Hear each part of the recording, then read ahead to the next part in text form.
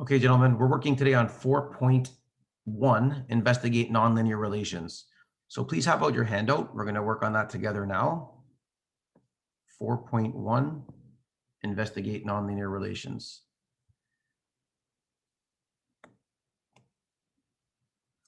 All right. So Holly found some Canadian population data on the internet. She graphed the data using the variables year and population. On her axes, blank is the dependent variable. So we're dealing with year and population.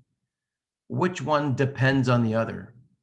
If you have a given population, you don't say, oh, there's 50,000 people, so it must be 1942. The year, time passes no matter what. So time really doesn't depend on anything else, but the population will likely depend on which year we're talking about. So population goes on the y-axis. So population is the dependent. It depends on what year it is. So we'll put that there. And obviously year goes here.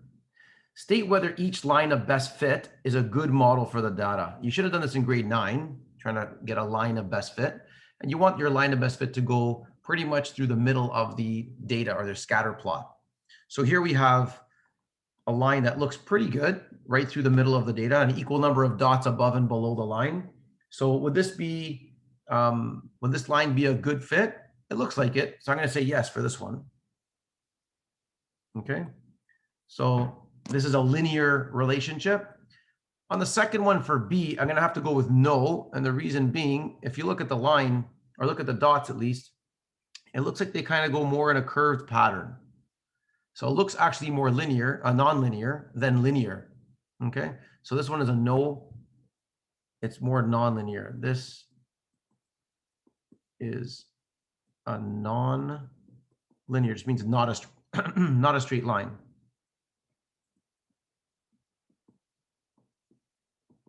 Linear relationship. And this, yes, this is a linear relationship. I'll post a completed copy on Edsby.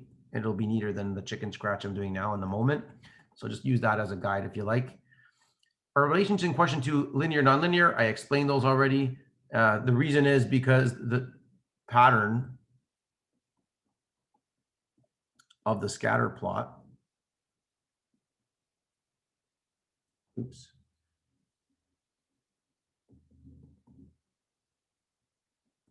lies in a straight line. Okay, and this is not linear because the pattern is really curved. Okay.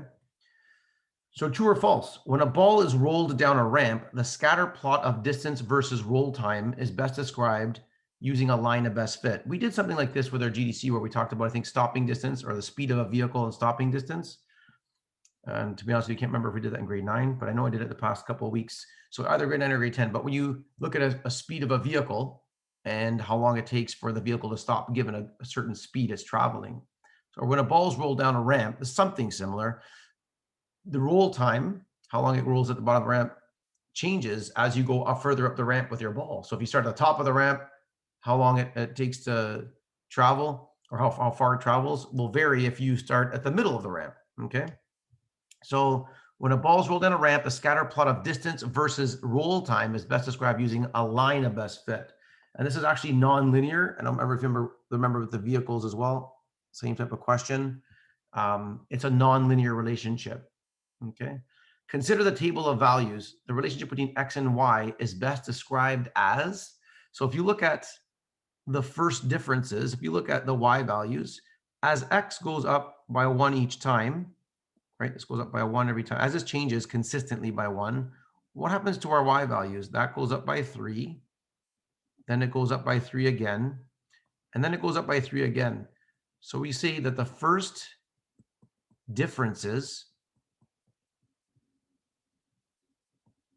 so the differences in your Y values, first differences are constant. Okay. And therefore, it is linear. Again, that's grade 9. Okay, so it's a linear relationship because the first differences are constant. For the learning goal, you might want to pause this and video and write this down. The independent variable is always on the x-axis.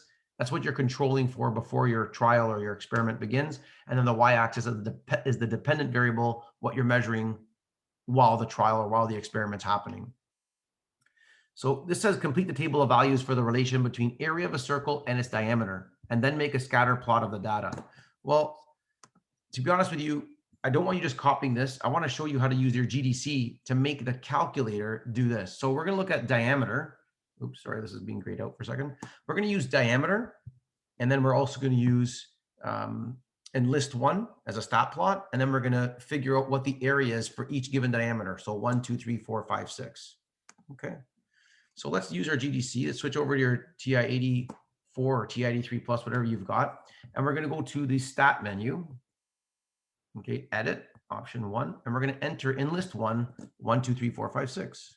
See if I can move that over and give myself, there we go. So 1, enter 2, enter 3, 4, 5, 6. There we go. And in list 2, we're not going to enter information, but we're going to tell the calculator what we want it to calculate. So if you tab to the right with your tab arrow and you go up literally on so that you've actually highlighted the title of the column L2 or list 2, what you're going to tell the calculator to do is to take everything from list 1, that's the diameter. Now, if we're trying to find the area of a circle, because again, we're looking for area, which is pi r squared, we want half the diameter. So what we're going to tell the calculator to do is to take half of whatever's in list 1 and multiply it times, square it and multiply it times pi, because pi r squared. So what you could do is type in pi. So in list 2, so you're going to hit the pi button, I believe, is the second function of the exponent button, that little rooftop button. So second function of that, which is pi. And that didn't work out for me. That's wanting to do, okay, so second function, that, which is pi, there we go. So pi, and then r squared. So now open the bracket here. So follow me here, open a bracket, and we're going to tell the calculator to take list 1, because that's really our diameter, but half of our diameter is what we need. So tell the calculator to take list 1 and divide it by 2, and then square it. How do you do that? List 1 is to type in list 1, hit second function of the number 1 button on your calculator. So second function 1, and then you want to hit divided by 2. So we're taking whatever's in list 1, dividing by 2. Now close the bracket. Right above the number 9 button is the bracket. So taking that, dividing it by 2. So now we have pi times diameter divided by 2, which is radius, and we want to square it. There's an x squared button right there on your calculator. So it's pi times radius squared is in essence what we've done. If you hit the enter button now, it automatically calculated everything for you. Okay. And we're going to use that information right there. I've entered the same information on my list there. We're going to take that. I'm going to close up the calculator now. I think I am. Okay. And that's the information we have on our graph here. So then it says describe the relation. The relation is nonlinear. I can tell that right away by just looking at the increase. It's not consistent. So therefore, it's nonlinear. The first differences are not constant, so it's non-linear. Okay. Draw a curve of best fit and use your model to predict blah, blah, blah. So let's look at that. First, I drew this already, okay? Because that was going to take too much time for you to watch me doing that. I labeled my diagram or my scatter plot area versus circle of a diameter. I've labeled my x-axis, the independent variable, which is the diameter, and then the area, what the area of the circle is based on that diameter. Okay. And so for 2.5, you'll see by the way, what's in red here is extrapolation. Okay. That's just continuing. That's information that we don't have in the graph, but it technically is continuing in that trend. So use your model to predict the area for a diameter of 2.5. Well, 2.5 is somewhere here, right on my graph. So if I'm going to predict, it's somewhere about there. Okay. So 2.5. So somewhere between, it looks like somewhere between 4 and 5 on my y-axis. So I'll just put between 4 and 5 square centimeters. Make sense? All right. Then for 8, what I did was I just used the GDC because actually the extrapolating went right off my grid. I only went up to about 40 here. And so I just used the GDC and I calculated 50.56 squared centimeters, okay, using the graphing display calculator.